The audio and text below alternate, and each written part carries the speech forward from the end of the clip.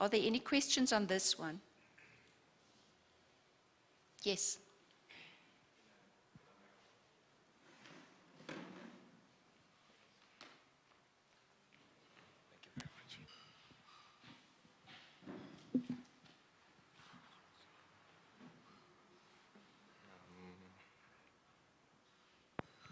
Thank you very much, Marcel. I appreciate it. A question that I asked Lance earlier on was around the fact that a lot of this geographic data is not just for solving geographic problems alone. It's for social development, it's for providing services, it's for taxation and things like that. So the problem is in the greater context of social issues. So is there any social information that the City of Johannesburg and other entities will be providing to assist us in this project and any other things we want to embark on? Thank you for the question. Yes, we will. Obviously, we need to know what the purpose is, because to provide everything to everybody, that will be an overkill as well. But just indicate to us what it is through our communication channel, and then we'll provide that.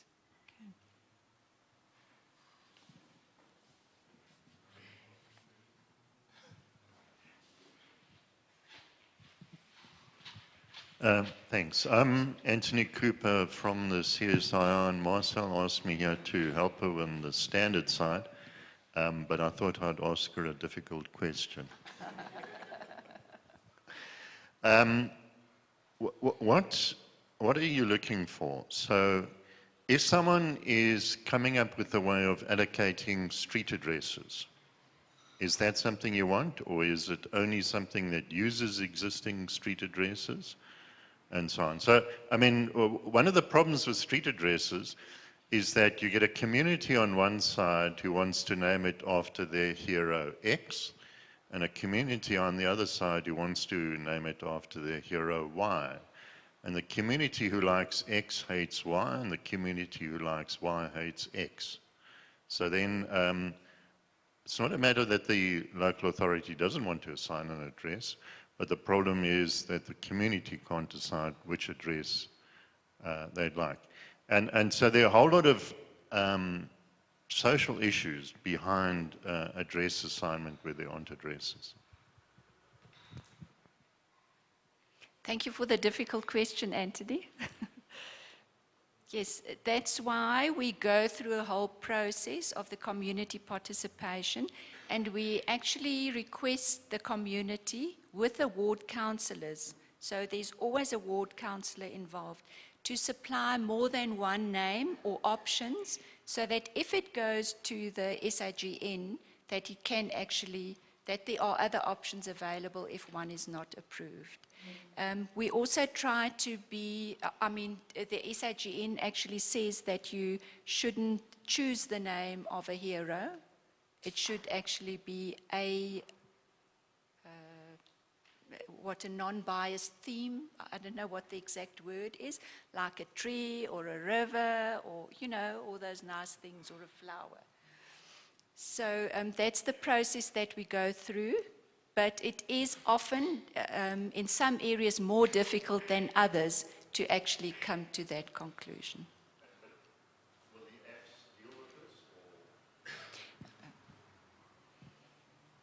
So I should ask the question, do you think there's an app that can be developed for that?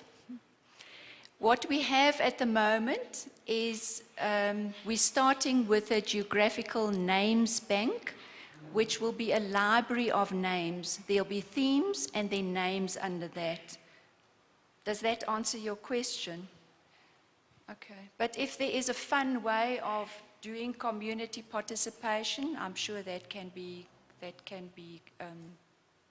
done. John, you wanted to answer, and then Etienne. John?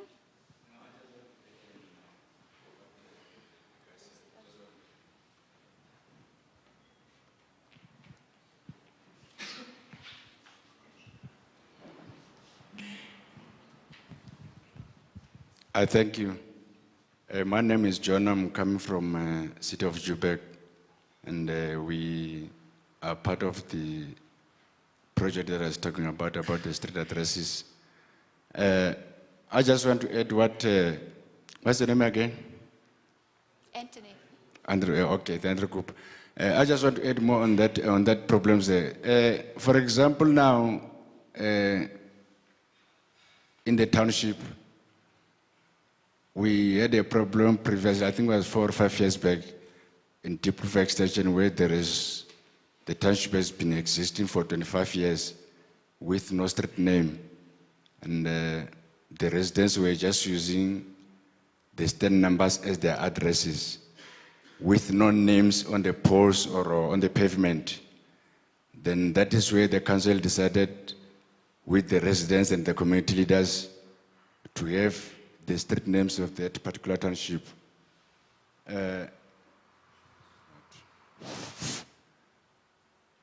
Hello? Okay. So what happened? The councillors decided to sit down with the community leaders so that they must have the names to be implemented on the poles or pavement. But now the problem arises whereby there was some conflict, because with political situations, people want the names to be Mandela, Ramaphosa, whatever. So the whole township can be politically named. But now we have to choose the names that will affect or that will represent each and every person who is staying in the township. We can't have only the political names in the township, because all of us, they were not coming from the same political organizations. I think we are getting there. So what has happened is that we have to choose, the community must choose the names that will benefit each and everybody. Like you can get names of the cars or flowers or animals, whatever.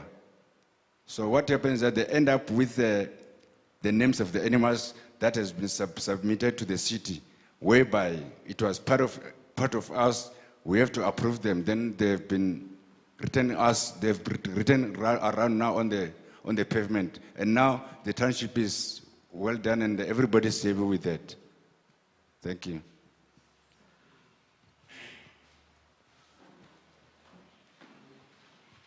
Thanks. Hi, 18 Low, Tom Tom. I just want to throw something in also on what Anthony said. I think you guys must think a little bit wider. Different options are out there. We've been doing an interesting project in Entebbe in Uganda, where the same issue has been going on for years, political strife, on road names, etc. And we literally put a system in place where we address the whole suburb in a week. And there are means out there. You guys should go and search on the internet. There are systems like WayTag and MapCode and what 3 words, etc., etc. I think there's an option available to do a short-term solution and literally map the city overnight, and then there's a fitment into a longer-term, more formal structure that the city also has to do. And I think the combination of the two could be very interesting. Okay, thank you for that comment. We'll come to that topic with the standards presentation too.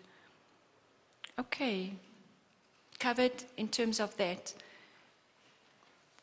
Then we'll move to the next presentation.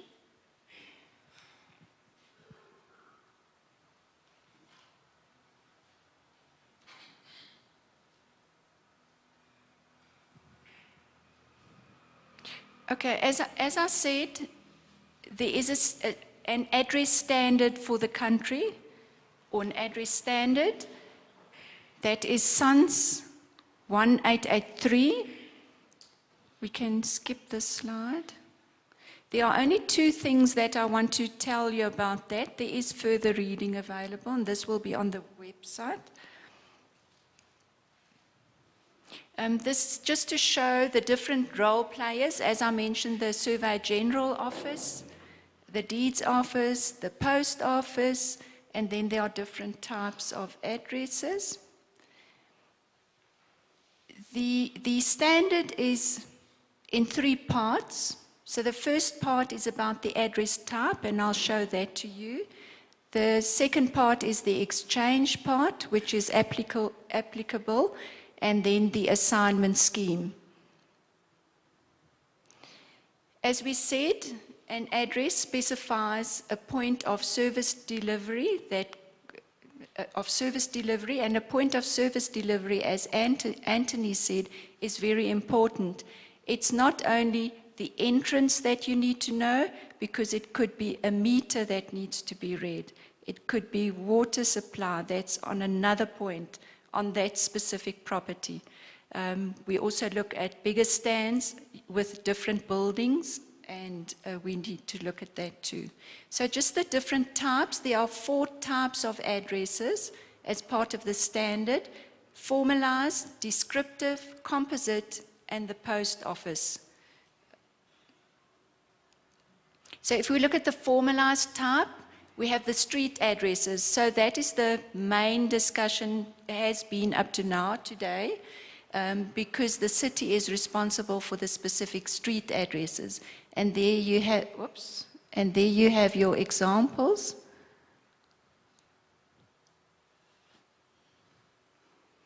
So you've got the number, you've got the street name, you've got the street type, which could be a street, it could be a lane, it could be a boulevard, whatever there, and then it's the suburb, and then it's the code. Then you have an intersection address, which says corner of 2 streets. Again, the challenge there is exactly which corner. Is it southeast? Is it southwest? North? Whatever. So that's the problem there. And then you have an address, a site address, which is then the description. Composite, you have a landmark like Parliament in Cape Town, and then a building, and that's where we said the building names are extremely important, like Election House, and then it has the address and the suburb. So this one here is also very relevant for this challenge. The post office addresses, because it does not indicate location, we are excluding from this challenge. So I think that's very important that that is clear. And those are the 5 addresses. So let me just go back again. We're talking of the street addresses or the formalized addresses. Intersection addresses could be used, but we need more specifics there. Site address, the same.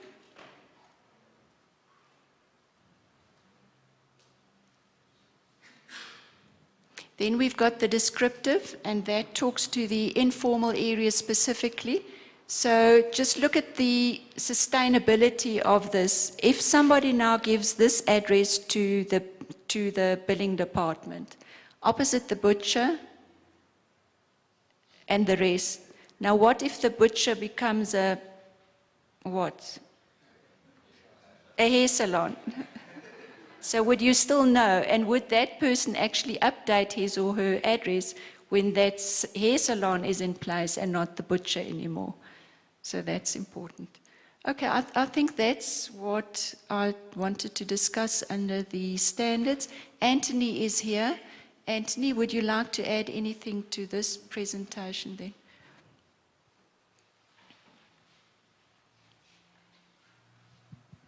Yeah, if you just go back to where you, no, that's fine. Okay, hopefully you would be using SANS 1883 Part 2, because that would be how the addresses are encoded, whether it's in XML or whatever. Unfortunately, this standard hasn't been published yet, okay? So I don't know what specific formats you use. Sorry, what I should say is that there are many, many standards that should be of interest to you. However, these are already encoded in the systems you use, so in ArcInfo, and also in how they've been implemented in the city of Johannesburg.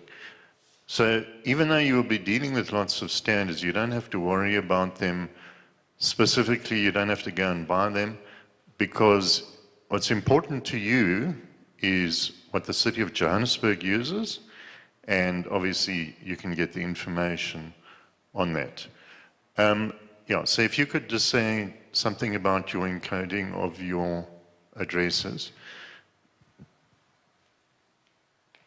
Thank you. Thank you, Anthony. Okay. Okay, I think we can go to the next slide then.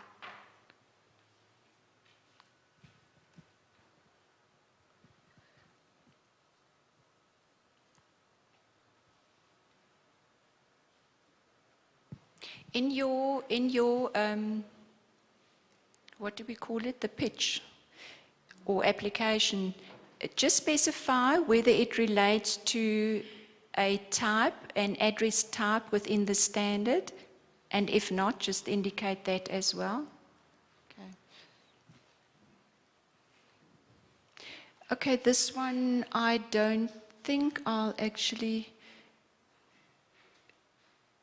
go through the whole detail, but I'll just show it to you. So here's a whole list of answers to questions in terms of guidelines. So it relates to the street names. You can use that when you look at it on the website. You can go through that. It's so much detail. I don't want to go through that now. And here you'll see the street numbering. It actually specifies where are the even numbers assigned and where are the odd numbers assigned, and the direction, and the 16 meters is also addressed here. Okay, so that's that. Then we can go to the next one.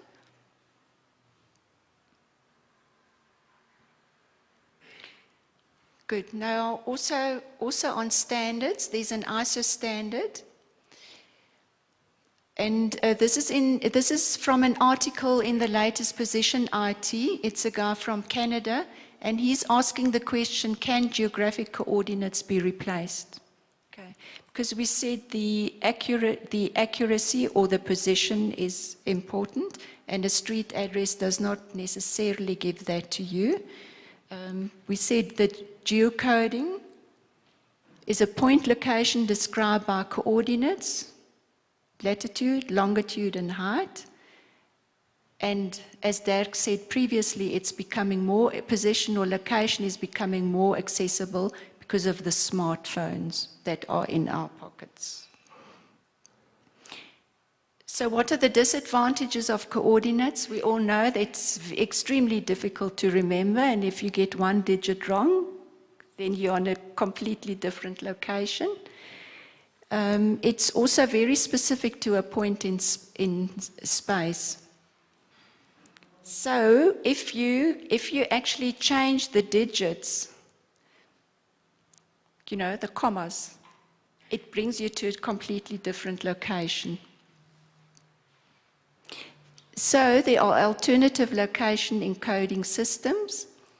There are those like Google's Open Location Code, What3 Words, GeoHash, GeoTude, all of those. You can have a look at those and what they actually offer, just to see that there is something more available than just plain coordinates. And an encoding system, they can be grouped into two categories. Those that actually convert the coordinates into codes using an encoding system, and then those that partition the Earth and then assign codes to those partitions.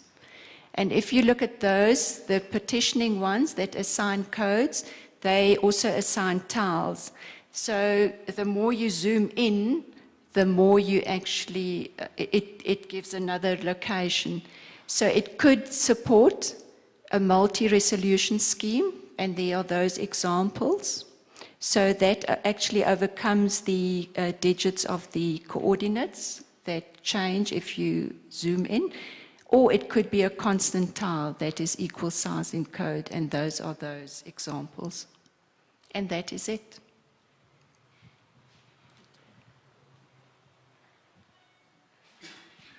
Thanks. What what Marcel didn't mention is that the biggest problem is not so much making an error on your numbers, but swapping latitude and longitude around. How do I move it back?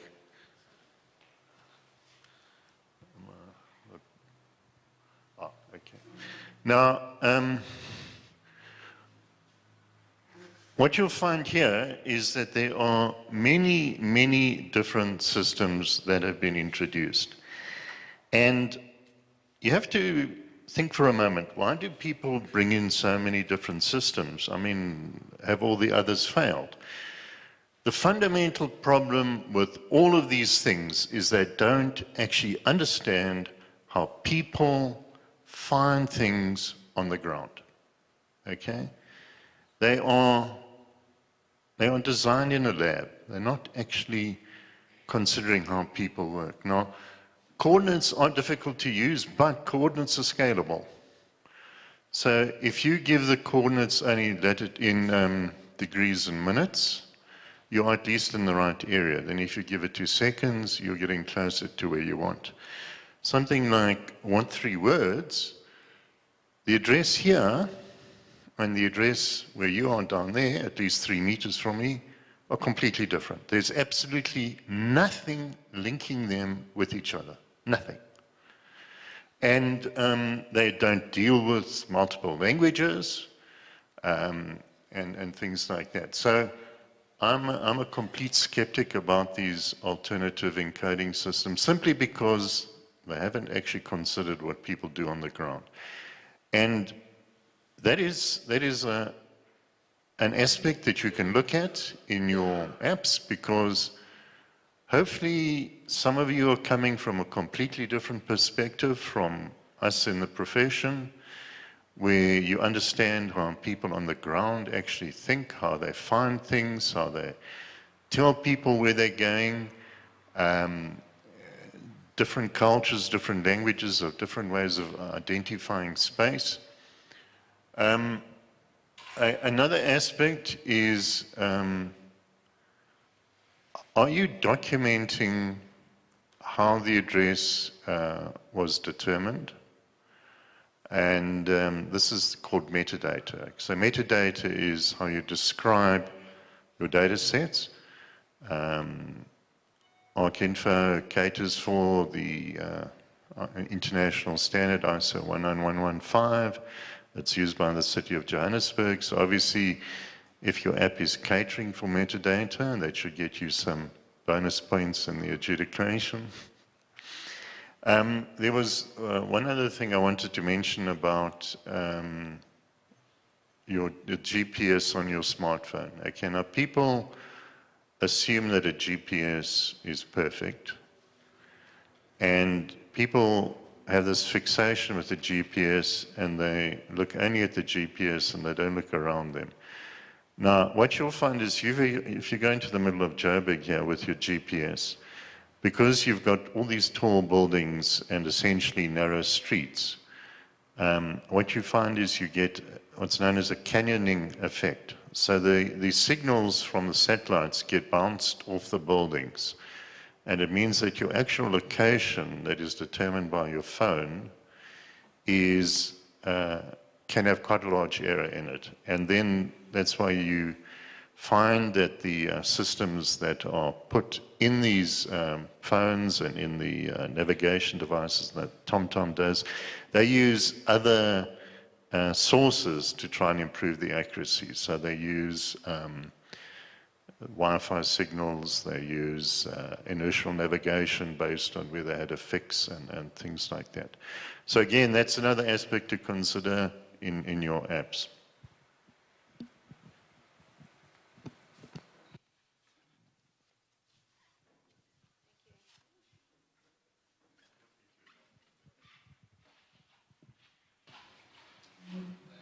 Thanks, Anthony. A couple of strong statements there. I expected that. I'm not sure if you had a chance to chat with Pierre Rousseau around his comments on map code either. I suggest the two of you have some coffee, because map code... What's my map code here? No, no. Map code has been designed by people, I mean, 2 of the founding members of TomTom, and then it got donated into an open source. So if you go and read the white paper on mapcode.com, I mean, Pierre, when Pierre saw Mapcode for the first time, he said to me, Etienne, when I hear guys like you, I give them the middle finger. And I said, Pierre, you are well known for that. But do yourself a favor and go and study the white paper, and then we talk again. Cut a long story short, it's now been formally adopted inside of the new postal code addressing system. So it's not perfect, but that's why I'm saying I think we should be very open-minded in addressing this problem. Because at the end of the day, you want people to get to a place quickly. And a map code has literally mapped the whole world at an accuracy of 16 square centimeters. So I had Pierre saying, how do I get to a spaza shop in Lagos? I got him to a spaza shop in Lagos. And I think that's the point, is that you want informal settlements, you want informal traders, you want the guys having a heart attack in a cemetery to guide a guy to an open grave, for example, which is an example that we've had to deal with. So I think we must be very open-minded when we look at these things. A lot of work specifically has gone into that system. Thanks. Hi, Marcel. Jeffrey. Jeffrey from IBM Research.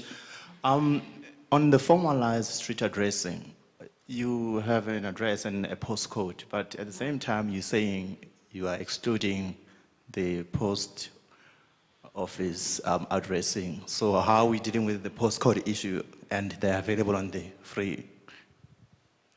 Okay, thank you. There are, who's taking the mic? Yes. Okay, thank you for that comment. If you look at the data that we're providing, we will be providing the postal code for the street delivery. Postal codes are split into 2 categories. The one is for street delivery and the other one is for postal delivery. So they are different to one another. So the one that we are actually providing as part of the data is the one for street delivery. So a street address can also be a postal address. So that's why there is a sort of a gray area. So if the street address is used for postal delivery, then obviously that will be included with the code.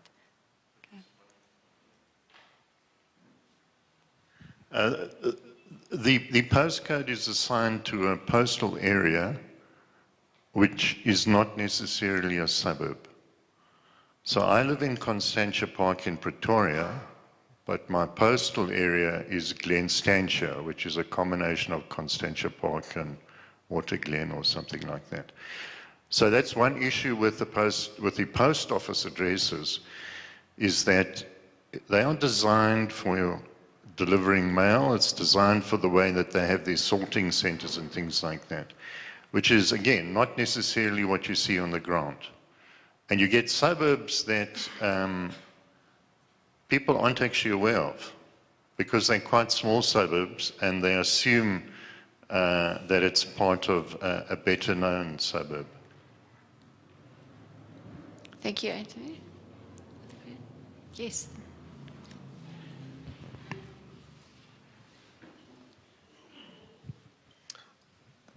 I have a question in regards to the addresses in terms of it being visible. Does it have to physically be visible on whichever area that you want the address to be visible? Let's say perhaps a house or a complex or a building. That is my question. Thank you for the question. Is there a reason why you think it should not be? Or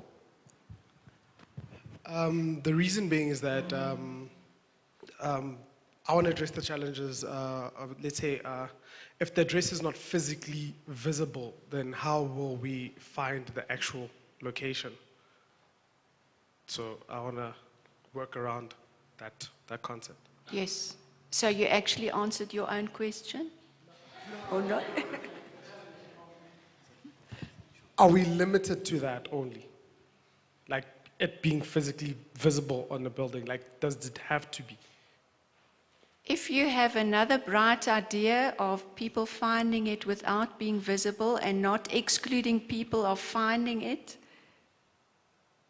you're welcome. At the moment, I can't think of any other way, and I think it must be visible.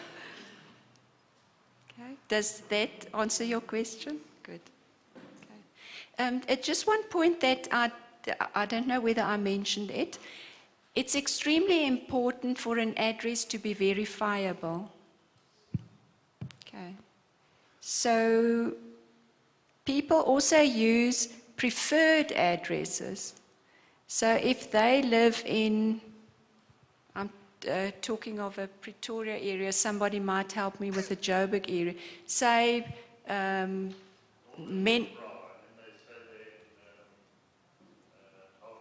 yes, Northern Hillbrow, and then they say they live in Houghton. Okay, so it's extremely important to bring it back to the base map so that we actually know what the real suburb is. And, pardon? Vanity suburbs, yes. Okay. And also, if whatever code or encoding or whatever is used, it must be verifiable as well and not just be taken for granted. And I think, Anthony, you mentioned that too, and Dirk. Yes. Okay. One more. Just curiosity, do you have any internal standard from COJ that outline how to put an address to be visible or on the curb, something like that, to follow up on this gentleman's question? At the moment in the ordinance, Tubile, you must help me. Where's Tubile now? It actually says 75 millimeter. It doesn't say whether it is on the curb or whether it has to be on the gate or on the building. Tubile, please. Hi, everyone. My name is Tobile. I'm the street address ops manager. Yes, the address has to be minimum 75 millimeters. It has to be visibly displayed. It doesn't matter where, but it has to be visibly displayed on the property. Okay. Answered?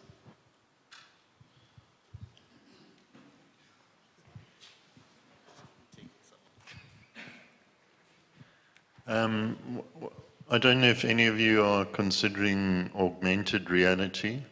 Someone raised the issue of what you do when the number's not in the building. Well, obviously augmented reality could do it.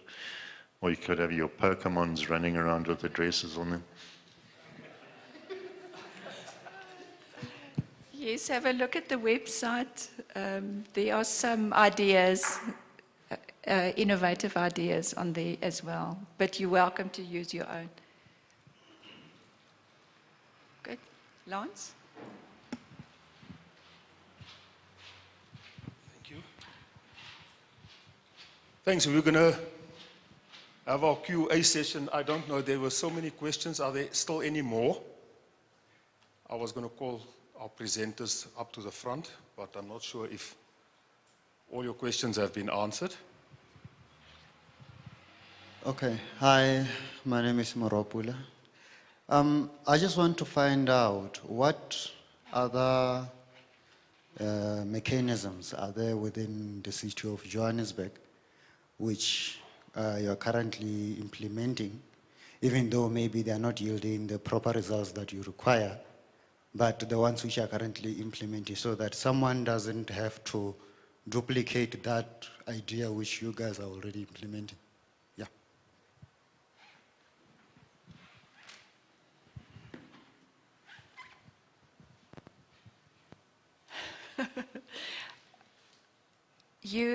I actually invite all of you, if you want to come and visit our street address section, just to see how it works. Because the processes that we have, as soon as a development application comes through with a new property, so every time a new property is born, we allocate an address. So that's actually the process that we do, and then we follow the guidelines.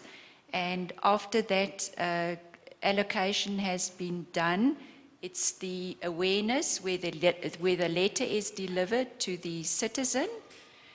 And after that, and that is the challenge, we need to pick up those who do not adhere or do not comply to legislation and don't display their number and don't display the correct address. So that's actually where the challenge is, not necessarily in allocating the address. And then the other challenge, as we spoke about, is in the informal areas. Okay. So I would say through the website or social media, you should just indicate your name and whether you request a visit to our offices. And when people do that and the questions that are asked there, we will supply to everybody else so that it isn't an exclusion of those people who visited, because we must be very careful that the process is transparent. So we would actually prefer if questions are asked on the website, and then we can answer them. Okay. What about scheduling visits rather than We could do that. Okay, so I need an indication of whether you would like to come through. So just indicate that. Okay. But remember, every question that is asked there will then be given to others as well. Okay.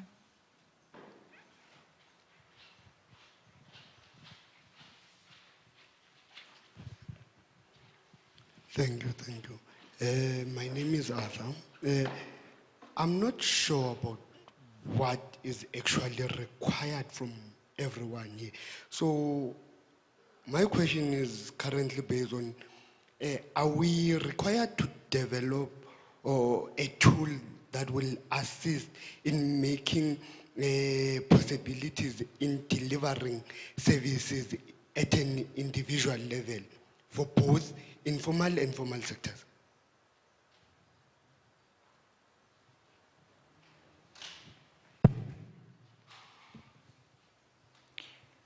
Okay. What is required is to talk to any part of the address issue. So if you chop up the address issue into different parts, we saw that, it could actually be an app that will help the city to determine whether all street addresses are displayed in a certain area. So that could be one app. You know, it could be, no, I won't say what my dream is. and to actually do it in such a way that it is a smart way of doing it. Because for a smart city, we always need to ask that which we are doing, is that done in the best way possible? Can we work better? Can we work smarter? Can we use technology? Can we embrace technology? And can we let the community participate? So that's an example. Another example could be the whole challenge about building names. The same there. Are building names displayed? So without us going out into the field, is there another way of receiving that information and then also others to add to that information to say, okay, this is the building name and that building is situated here? That could be another one. And I'm sure you can think of others. Okay, so... Okay, so it's not about the delivery of the services. It's actually about getting the addresses in place. Is there somebody else who can explain it better? It's not about a bed and breakfast service where you use addresses as well. It's actually about the address itself, about the location issue, about we need to know where people are. What is it that we can put in place so that we know where people are?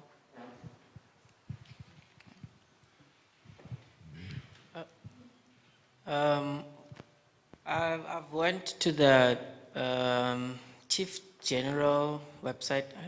I don't know if I'm Chief Officer General. Is that? Sorry? Yes, the one which has the addresses on it. The information on the website, I compared it to Google Maps, and the information there is very accurate. So at this point, from what I'm getting from what you just said now, it's almost as if the only information that's not there is people who live in informal settlements, because the other people that are on that system, that information looked pretty accurate to me.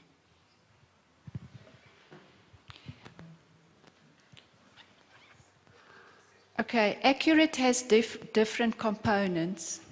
The one is the completeness, the other one is the accuracy, and then you get other things as well. So although, say for instance, on one place all addresses might be displayed for all properties, are they the correct addresses? So the thing about verification, and that's another component of the challenge, of the address issue. The source of address information is the city. So if a GPS or Google or whatever address is not the same as in the city, that other source is wrong. And by the way, Google receives the addresses from us, and then they add others as well. But what also happens is some display the addresses as they are displayed, and that's what we were talking about. The address that is displayed is not necessarily correct. So that whole verification process is another issue in the process.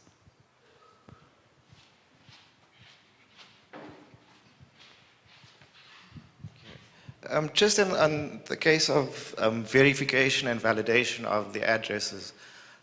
So our dependency will be on the ArcGIS database.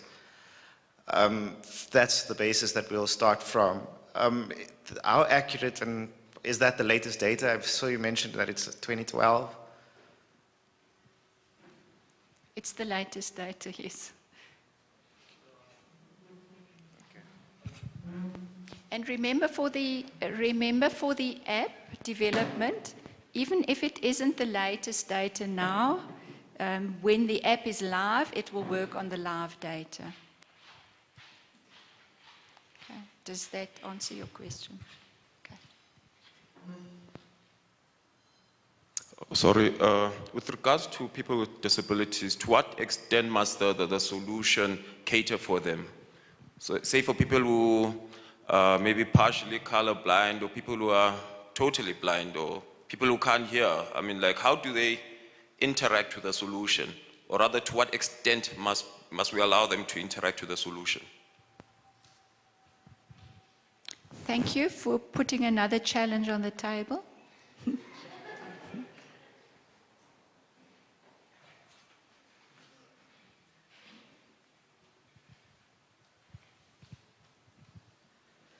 Yeah, thanks.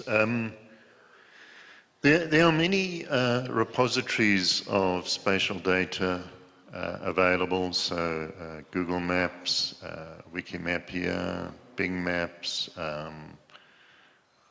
think Esri has its own ones, OpenStreetMap, all of them. There's a lot of data that gets shared between them. I think there are probably people out there who think Google Maps is entirely done by Google. In fact, Google is only presenting other people's data. So some of that data, as Marcel said, comes from the authority, be it the local municipality or a government department, whatever. And a lot of that comes from people on the ground identifying things, adding what's known as volunteer geographical information, user-generated content. So that is obviously something that someone could be looking at the app. You've got all these many different sources of data. Do you use them to correlate with one another? Do you use them for your validation and things like that? In terms of the accessibility of your app, I mean, there are two aspects to that. So the one is, are you building an app that can interface to devices that people who can't see can use, people who can't hear can use, and things like that?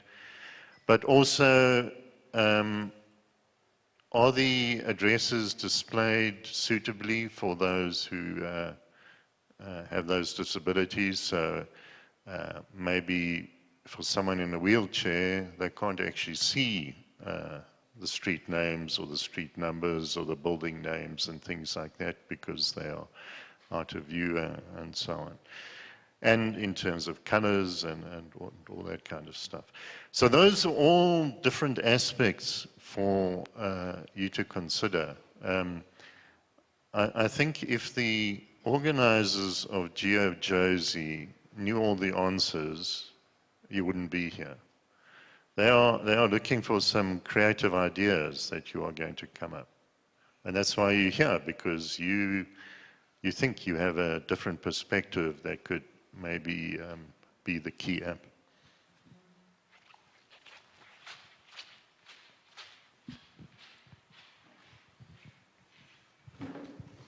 Thank you again. So now to one of my concerns, because as you guys are requesting us to come with innovative ideas, very creative ones. Now, my concern will be, one aspect of developing ideas is cost. How are we limited to cost? Because we might come with ideas, but then finding the cost of them to be implemented to be a very huge problem.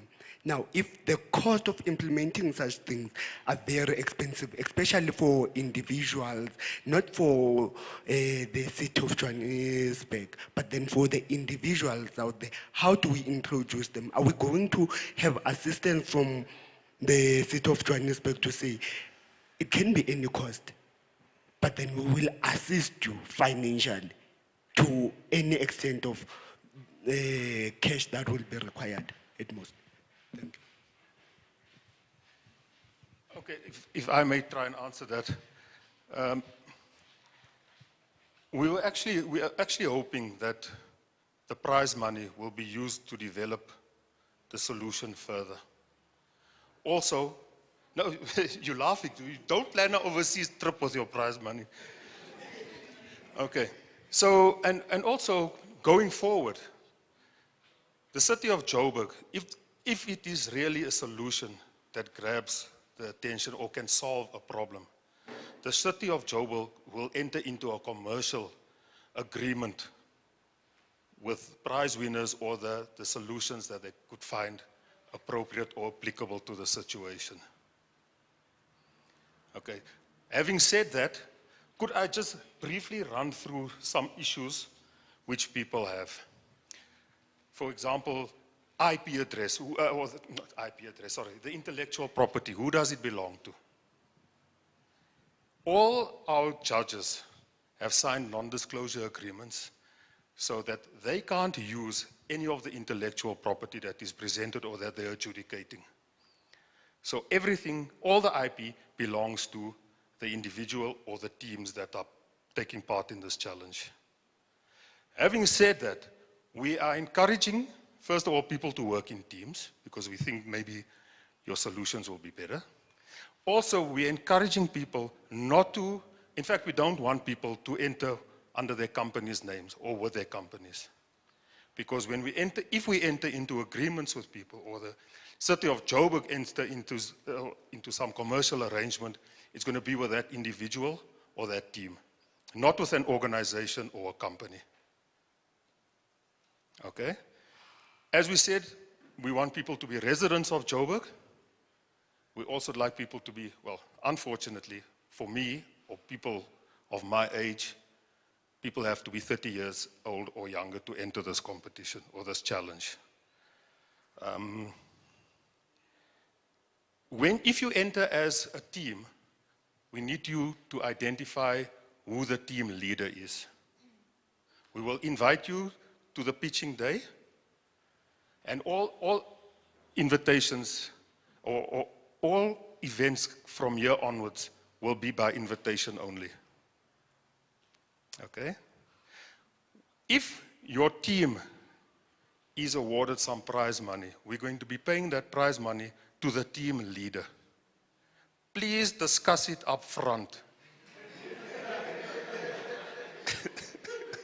Don't come back. I'm going to delete my email address. Don't come to us. Please know up front how that money is going to be divided. And you are strongly, if you are a winner, to use that money, as I said earlier, to develop your app or your idea further. Right. Again, the intellectual property belongs to the entrants or the competitors. We're going to be looking at individuals. We're not going to be negotiating with companies. Right? Judges are not entitled to any of the intellectual property, so that should be safe. You'll feel free to share with the judges at the pitch or the demo day if you're invited. Please note that all official communication is either going to be via the website or through email. You can use social media, but official responses will be from on the JCSE or rather the GeoJosie website or via email. Again, as we go forward, we need contestants to declare that they are Joburg residents, because that's one of the rules. We also need to make sure that you are 30 years or younger when you go forward.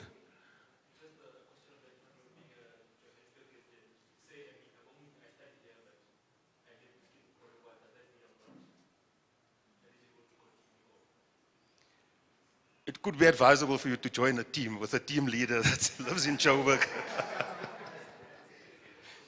Okay, but if you can address it to us in writing, we can respond, we can do a global response on that one. Okay, then you need to say or state that you are submitting your own work for the competition. We don't mind if you as an individual or a team have a mentor or a guide, but it needs to be your own work. If we discover that it is not your own work, you or your team will be disqualified. Sorry? Oh yes, and if we pay you something, we want that money back, please. Okay? We're going to ask you to declare, going forward, sorry?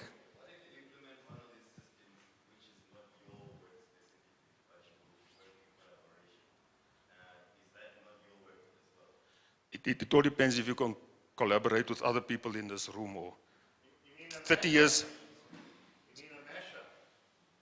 Yeah, like let's say you collaborate with Matco or something like that. Is that not considered your work on you? I'm not sure. A significant part of it. Okay. What will your contribution be? Are you just going to coordinate? Or manage the work?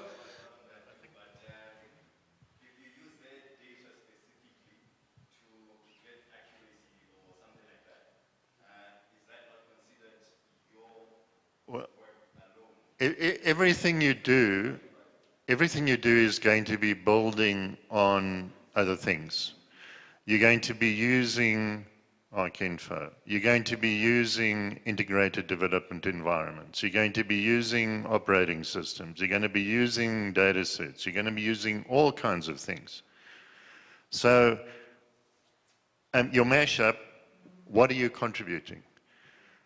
So if you're just taking something off the web that's already there, you haven't contributed anything. If you're doing a minimal amount of bringing together things that are already there that anyone else could have done, you're not really adding anything, and so on.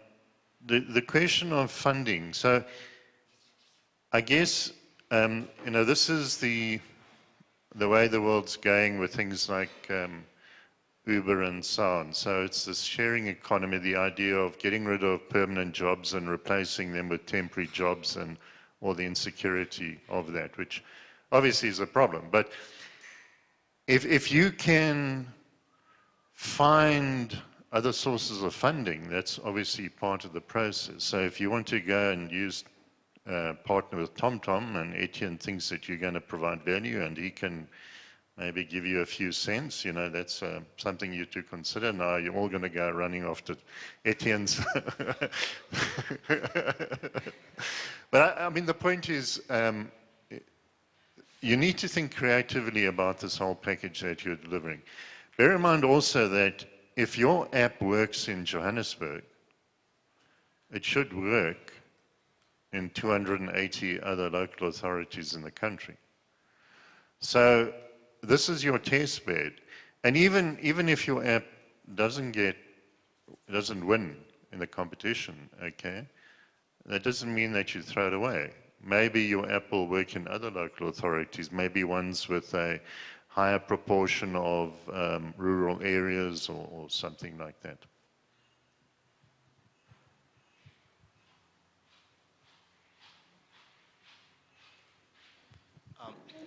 Just the last option that Anthony mentioned about the rural areas. I understand this is for City of Johannesburg, and I know the district boundaries, if you can say. Is there any way that we have a peri-urban or rural area / urban, and the rural addressing system can manifest?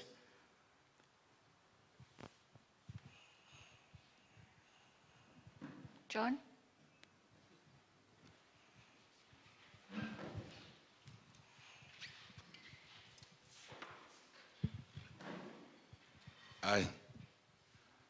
I think on that one regarding the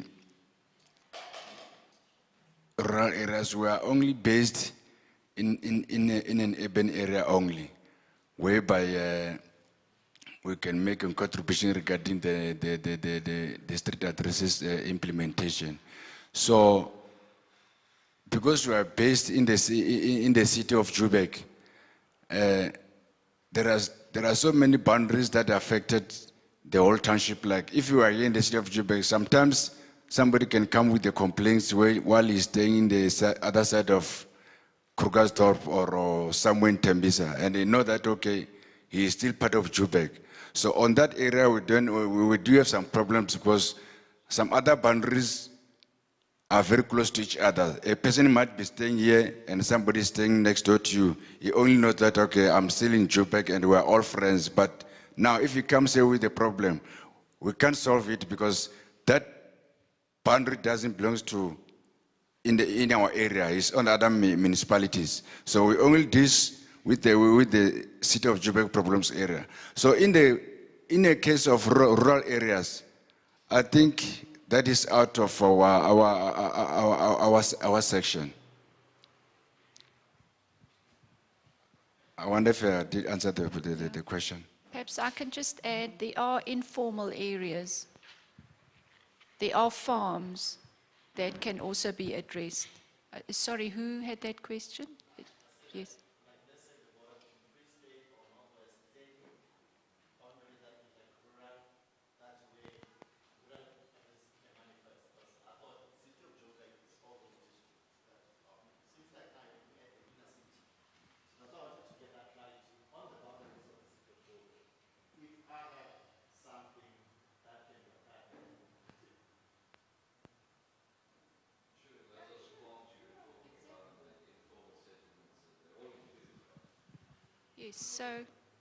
Yes, so it's not, any?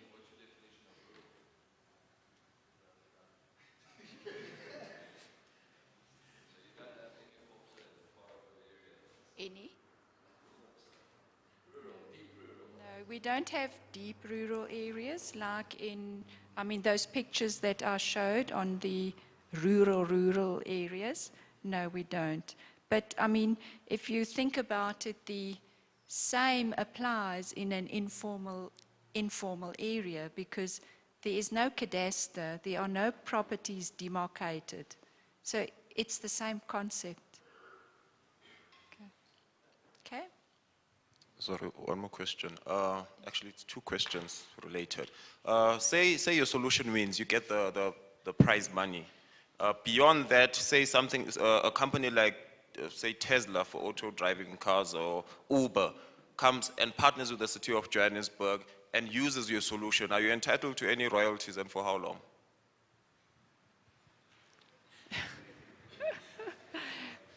Just remember the concept of the intellectual property. It remains that of the individual. Okay.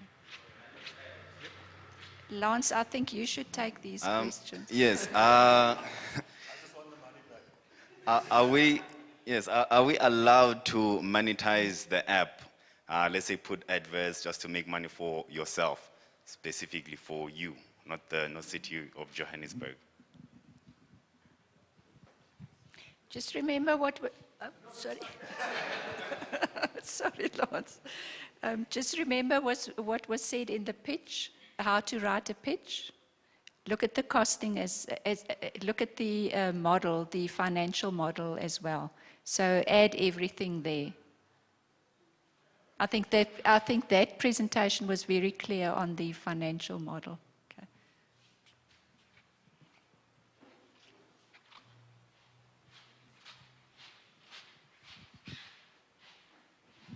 The problem with intellectual property is, while you might own it, can you defend it? Okay? Now, I can't see the city of Johannesburg trying to rip you off. But if you have one of these multi-billion-dollar international companies stealing your IP, can you fight them? I mean, you look at this case with the person who's had this claim running for years against Vodacom over, what is it, Where Am I, or whatever? Yeah, you know, so that's the situation. Even if you develop it yourself, you have to be able to defend it, and it costs literally millions and millions. One thing that I should just mention, you said that you are wanting entries from individuals rather than companies. Bear in mind that if you are employed and you are using your employer's time and you are using your employer's equipment and software and all that kind of stuff, your employer might have a claim over what you're doing. So I would guess you should be doing this in your spare time, or if your employer agrees to you doing it and agrees not to be taking your IP for developing it, because technically everything you develop in your office time using your office equipment and so on belongs to your employer. Thanks, Anthony. Okay, sorry, I just have a list to go through.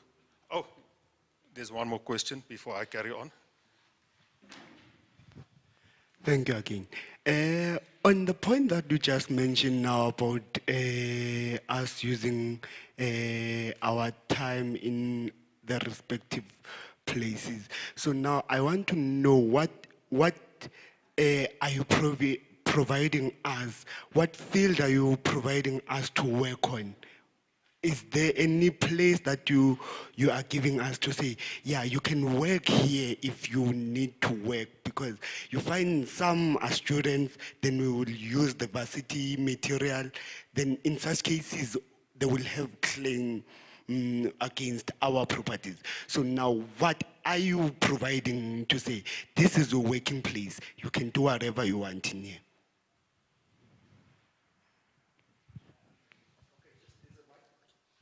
Okay, they've provided a platform in Esri.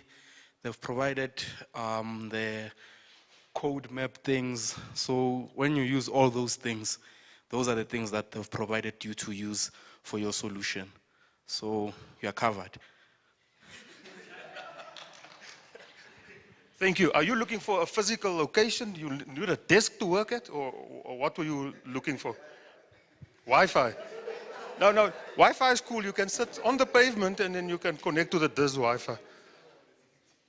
What is it specifically that you're looking for?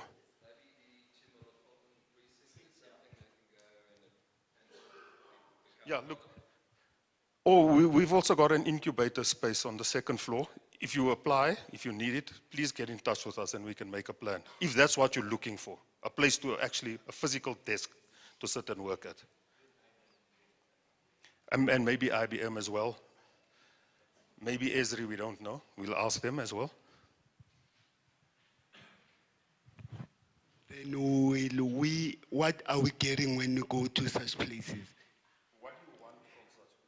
I mean, in terms of us having to cover things like laptops, are we going to get some internet to work on there? So let's say you get access to this building or to the Tsimologong precinct or to IBM. We'll give you a place to sit, a place to work, toilets, and Wi-Fi. I'm not sure if we can provide you with laptops or desktops.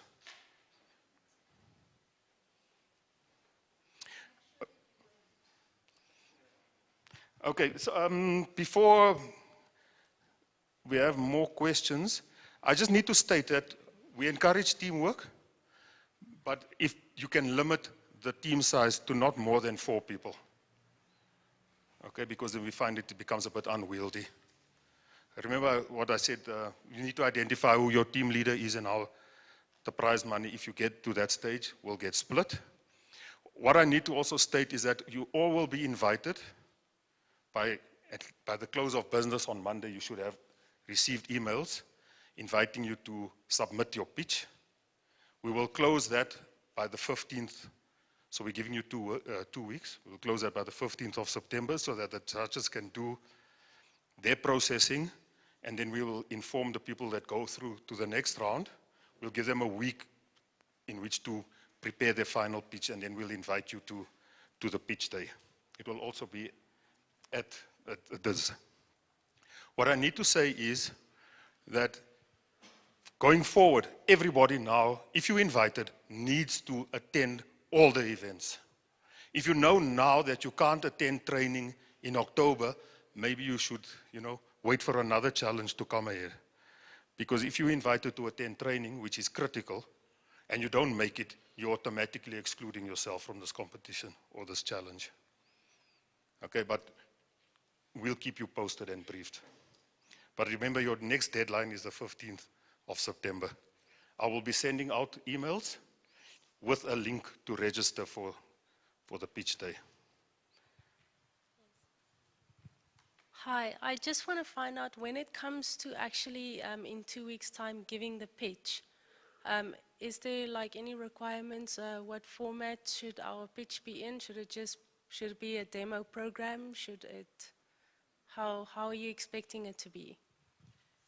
Okay. In 2 weeks' time, you will submit your pitch online. It has to be in PDF. Okay, we're not limiting you right now. Or slides, a slide deck. Okay, we'll clarify that in the email. Okay, but that's in 2 weeks' time. You're not doing the pitch. You're just submitting it online. We will then get back to you about a week later. If the judges are happy with what you've submitted online, then you'll be invited to actually come and do a presentation. What going forward, after the training, we will then ask you to do a demo. So the demo day will be more or less 5 or 6 weeks after you've been invited to submit a pitch. Will we be allowed to change the proposal later? Unfortunately not.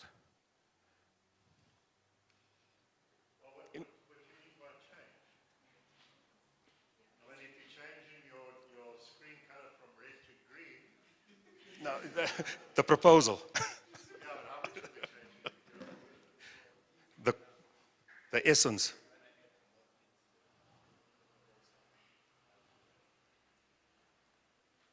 Can we add more things?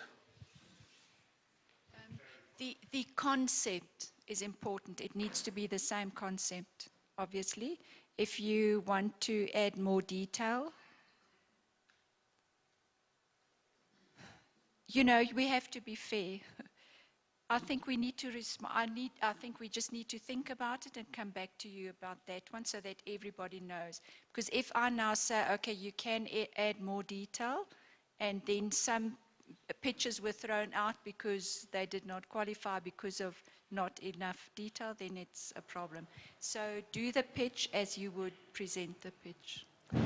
Also, if you have any other questions, please send it to us via email, and we will respond on the website so that everybody has access to those responses.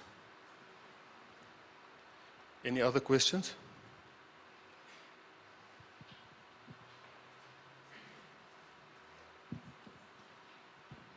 Hello. You keep saying that in 2 weeks we're supposed to submit our pitch, but I heard you speak about the 15th of September, and I think the 15th of September is this week.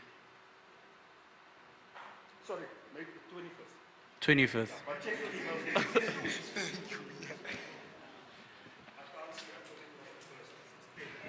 Sorry.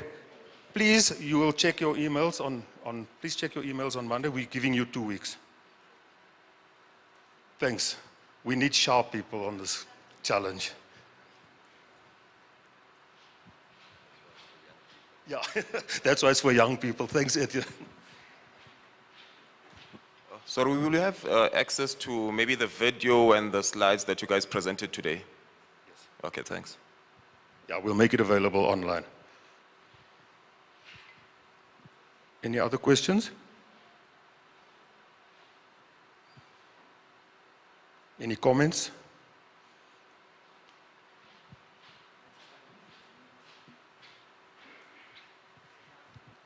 On the Joburg residence issue, I mean, I'm a foreigner, but I stay in Joburg. Can you just clarify there how, if foreigners are allowed, yeah, that's what I want. Are you under 30? Okay, then it's cool. Okay, as long as you live in Joburg and you're under 30, and it's your own idea, then it's fine. When they send the cops at 3 a.m., you must be at that address. I want to add to his question. Like, you stay in Joburg, what kind of proof will you require? Okay, so it's either your rights certificate or something from your landlord or an affidavit. Anything else? That's it for proof of residence. So again, when you submit the pitch, your application to pitch, you're just going to say, yes, I am a Joburg resident, I'm under 30. If you're invited to do the demo, we actually want proof. Then you have to bring certified copies of your ID, blah, blah, and etc.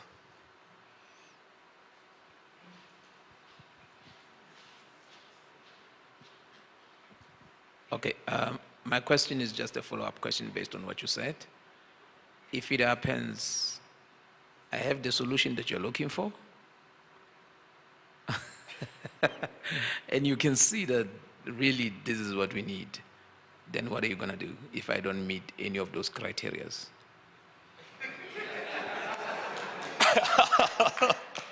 Very good question. Why are you here, by the way? How did you get in here?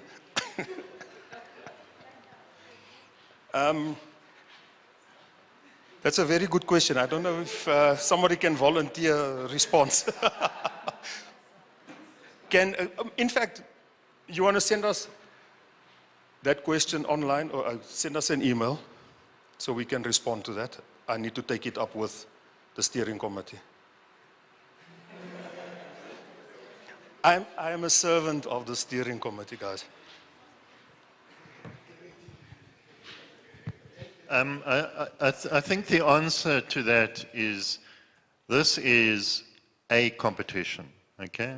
This is not the only competition. This is not replacing all the commercial development that is happening in software or in GIS or anything like that. So if you don't meet the criteria of the competition and you have got the greatest app, you don't throw it away, okay? You market it as you would normally do with any other app. So remember, competition has to have rules, otherwise it just doesn't function. I wanted to ask, if say I enter the competition, but I don't make it, but you like my idea, like exactly, the panel likes my idea and they somehow would want to implement or take some of the features, like how will you handle that? But I don't win the competition. Do you want to answer? Here's the answer coming along, guys. If they liked it, and you will win, and then if you don't win, they didn't like it.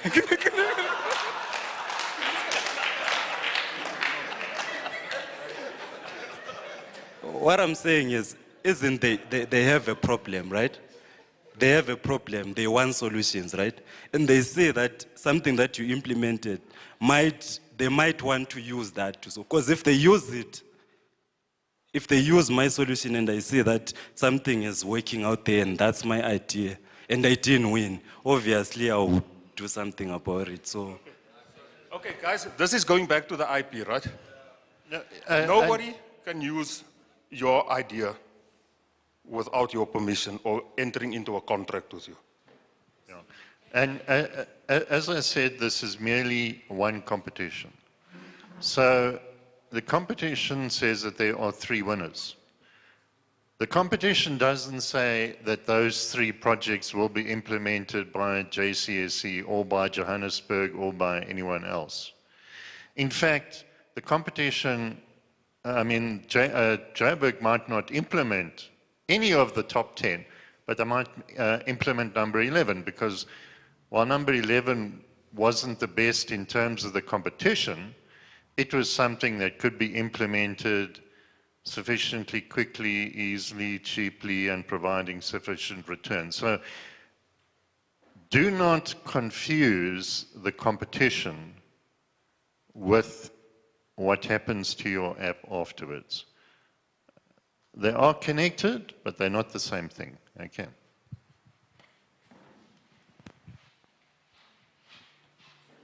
I'm losing weight today. I stand to be corrected, Marcel. When you started, you said you need to solve part of the addressing issue or the whole addressing issue. So I guess the panel will be looking at certain functionalities. So you shouldn't be worried about implementing the whole standard. But she clearly said part of the addressing issue or the whole addressing issue. So we are cognizant of that. Yeah, thanks. Should I carry on? Yeah, unless you want me to throw my 5 cents worth into this plate. You're right. You're right, yes. So it can be a small part, it can be a bigger, medium part, it can be the whole part. Okay. Does cover it.